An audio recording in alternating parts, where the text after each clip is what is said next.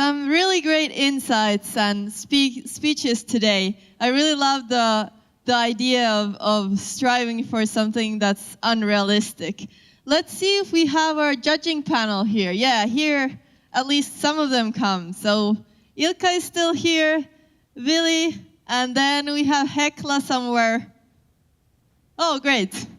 Okay, so let's see if the 4 remaining companies are aiming for something unrealistic or realistic. Let's welcome to the stage Antagonist from Norway. Give a big hand of applause. Good luck.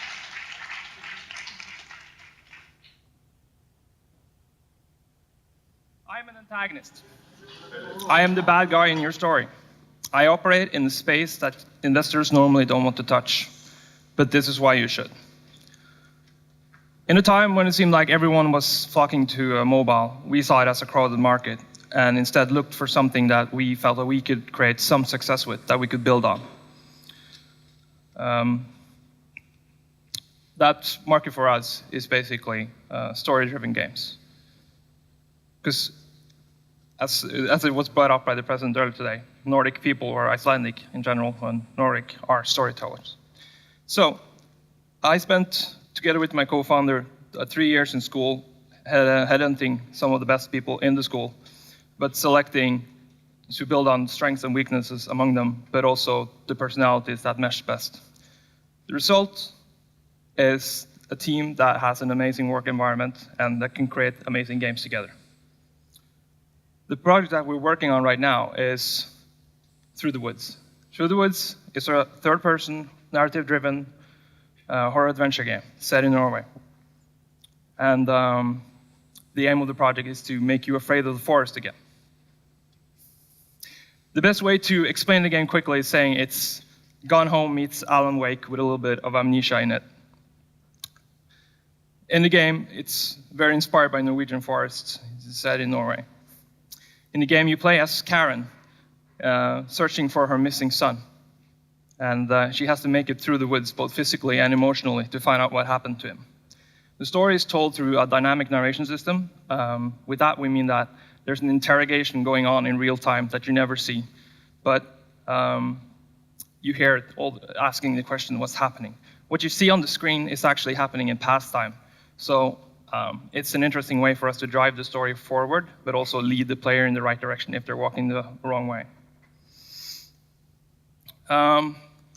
You meet a lot of Norse elements, because that's a big part of the game. We were sort of combining the Nordic crime wave that's been quite popular with movies and games, movies and books, and then meshing that with the Norse mythology. And you'll be facing a lot of unseelie beasts that stands in your way. We believe in showing off our games early as possible, so we brought the game to GDC. It was kind of hard as an unknown developer to book meetings in advance, but we did get some interesting walk-ins.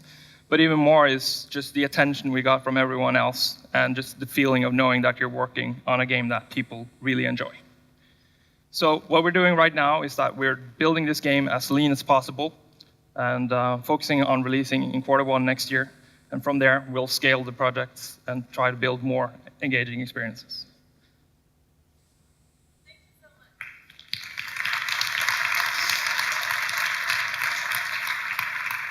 much. Let's go to our judges for some questions. Ilkka. Mandatory warm-up question for this session also. How do you make money? So far, we've raised 180,000, but we will need to raise some more before we finish the project. It's been greenlit on Steam, so we were going to be selling it in store there. We haven't announced anything for consoles because we're saving our stories, but we do have dev kits in our office. But digital.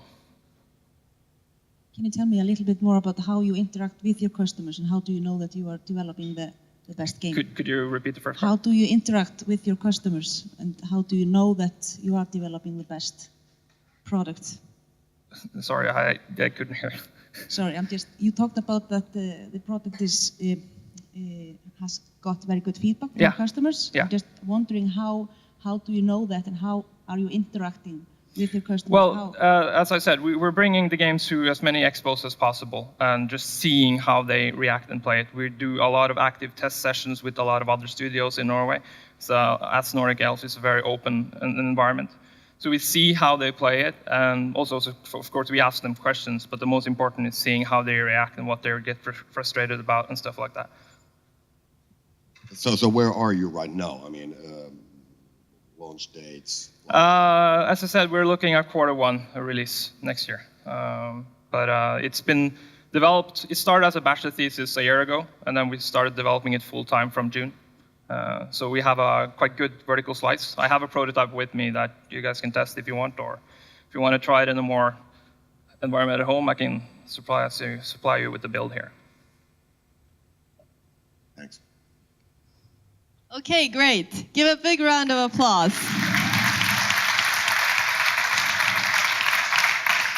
And then next up from Iceland, please welcome Sólfar.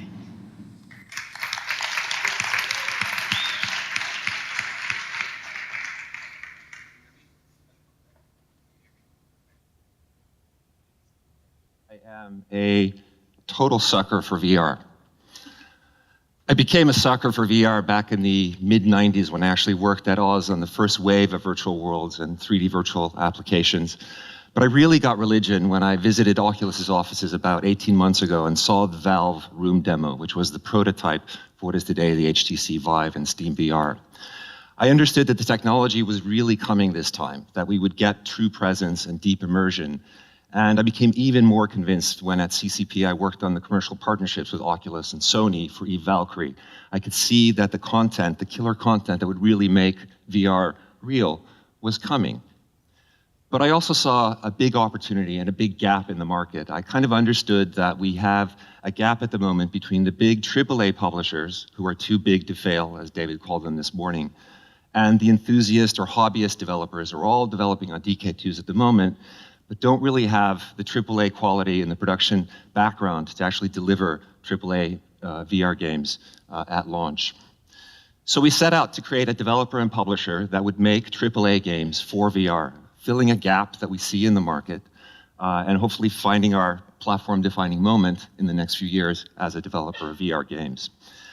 And so when we set out to create this new company, I had the rare fortune of getting together with a couple of guys that I have failed with and succeeded with repeatedly for the last 20 years.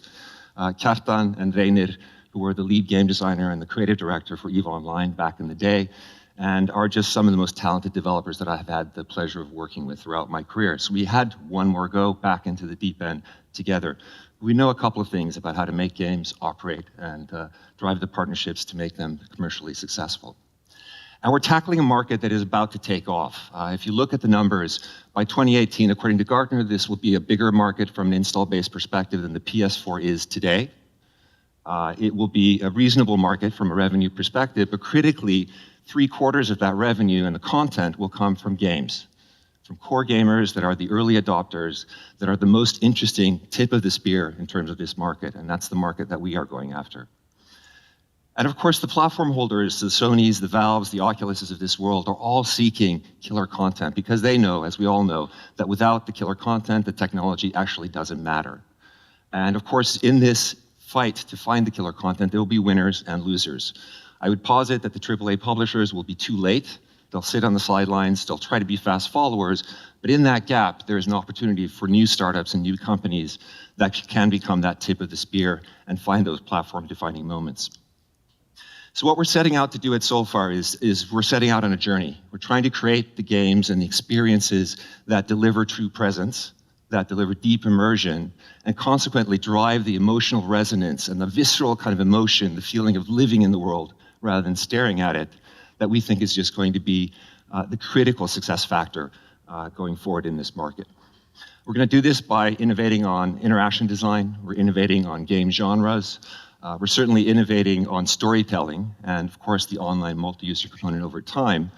But critically, we're also creating worlds of rare beauty. We have a team that can create some of the most graphically intense experiences that you'll see in VR. And if graphics ever mattered, they matter in VR, even more so than ever before in the industry, because we need the graphics, the visual fidelity at 120 hertz ideally to drive immersion.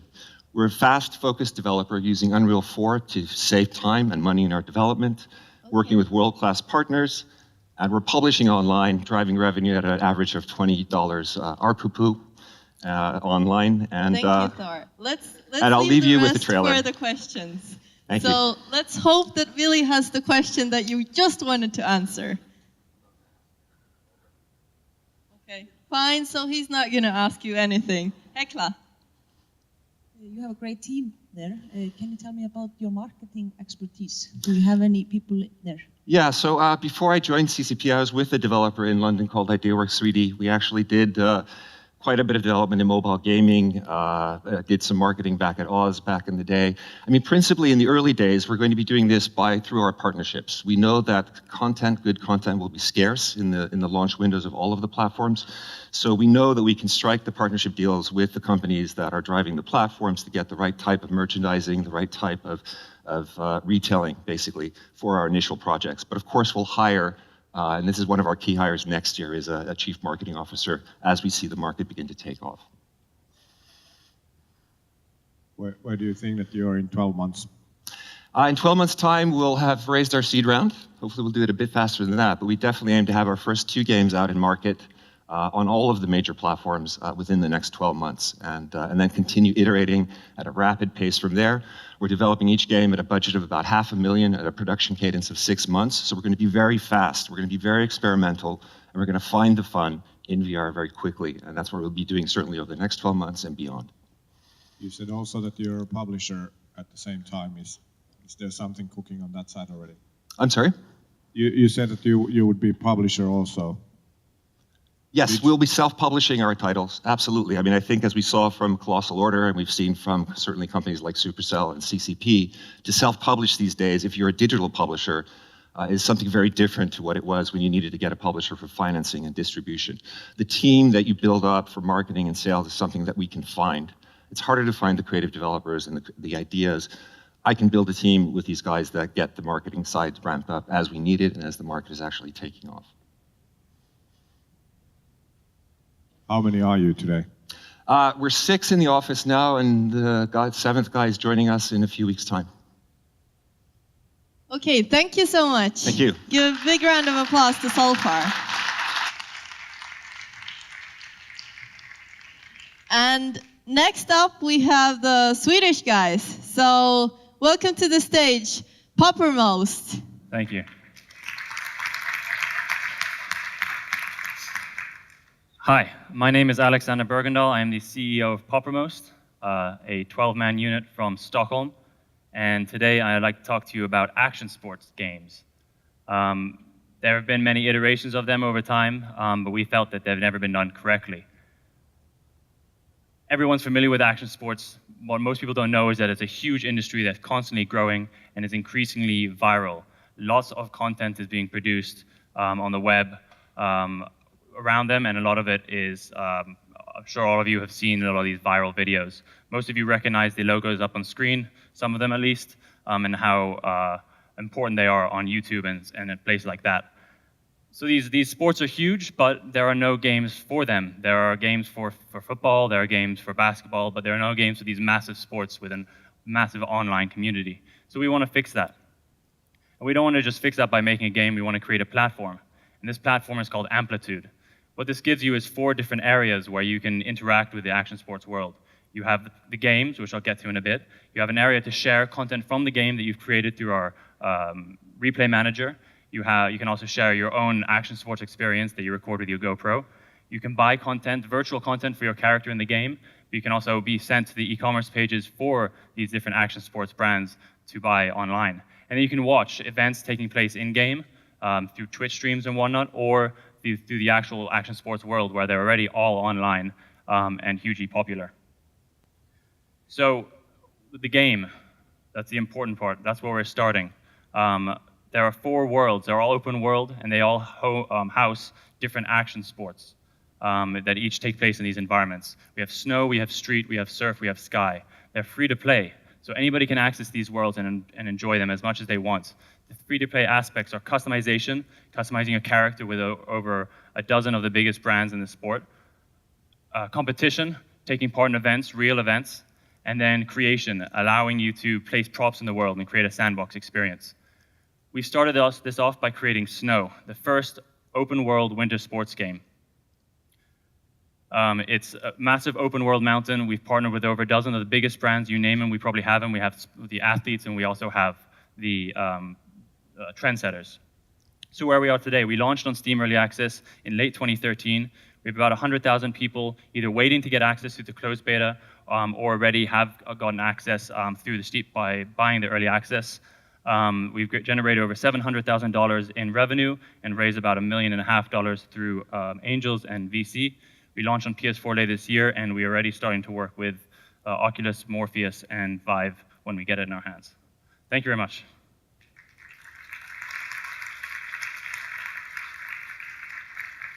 Thank you so much. So let's try Willy this time. Yay, very, very cool stuff. So what do you see as the exit plan? Are you going to just sell out to Red Bull, or what happens? Red Bull is a complicated company to work with. They're extremely big. They have a lot going on, but we have a lot of synergy with them. An exit might be selling out to them, but it might just be working with them. We're also partnered with Monster, who are also very similar in the industry. There seems to be a lot going on. How big is your team? We're 12 people. Okay, and can you tell me a little bit about how you are going to pick the right focus? Can you repeat that, please? How are you going to pick the focus? To keep focus? Yeah, to keep focus on it. Right now, we're focused completely on the games. We see that as the core value in the platform. We are focusing on Snow right now as a sort of a test case. We already kind of proved some type of product market fit, but now we're in closed beta proving the free-to-play product market fit. And we're going to be focusing on that until we are comfortable with what we've achieved, and we've added in snowboarding and snowmobiles, and we can start shifting over to the other action sports through all of our partners that we've got already. That should be very easily through our agents and various people that we come in contact with. We can basically call up any brand we want.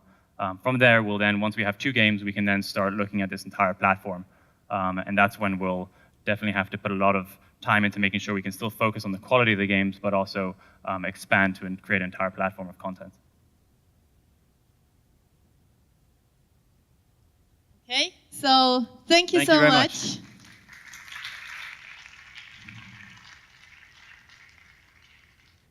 And then it's time for the last presenter of the Slush Play pitching competition. Please welcome to the stage Solid Clouds from Iceland.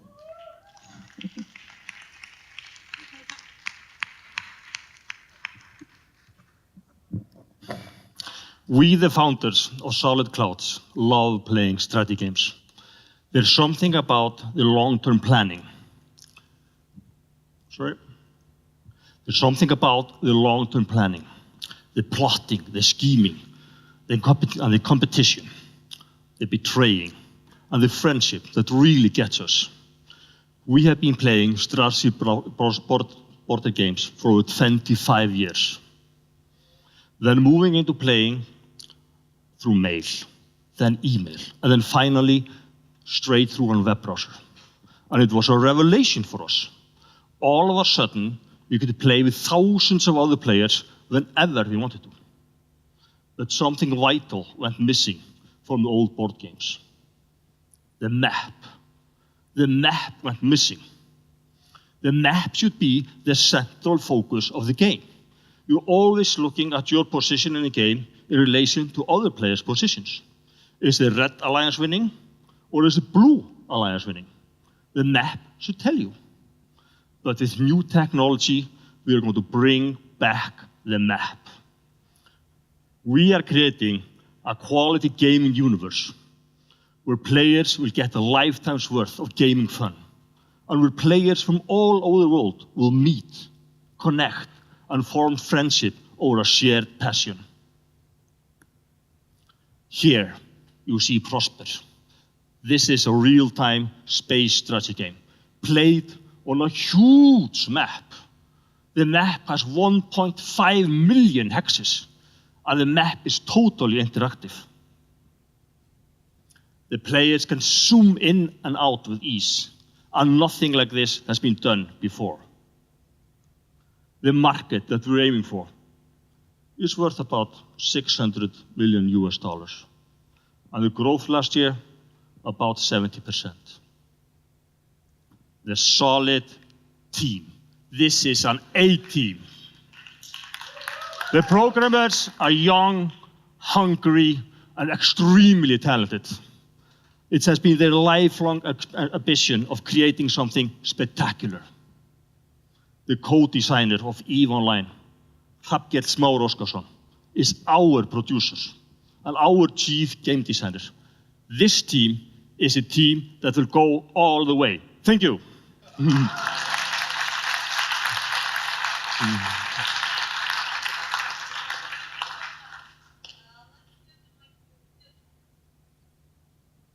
I would guess that your target group is kind of a male 35 to 40 years old. Well, yeah. We would guess that about 80% of the players will be males. But from our experience, the females that are competing are extremely competitive, and they often run the show. Yeah. How about is the stuff so good that it sells itself, or do you have some plans to push it? Well, we have our marketing strategy, yes. Well, any details? Well, we will use, for example, Google AdWords, Facebook ads. You can buy targeted ads directed at the target group. And we will also use word of mouth campaign. For example, going to conventions, talking to reporters, using Let's Play, advertisement, and so on. I just want to say the quick comment that this was my favorite pitch Okay. as a presentation, so people in the audience learn from this guy. Yeah. I'm just wondering why such a big map? Why such a big map? Well, we want to accommodate a lot of players. The players, the map is going to support between 5 to 20,000 players simultaneously, and you will get so much excitement. Each game will take about 6 months from start to finish, and in the end, it will just be a total war between two huge alliances. And it's going to be, it's going to be epic.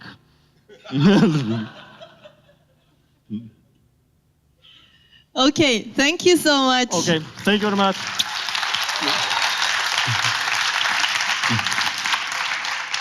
What a great finish to a great pitching competition. So now we'll let the judges deliberate for some time, and then we'll get back to you with the results.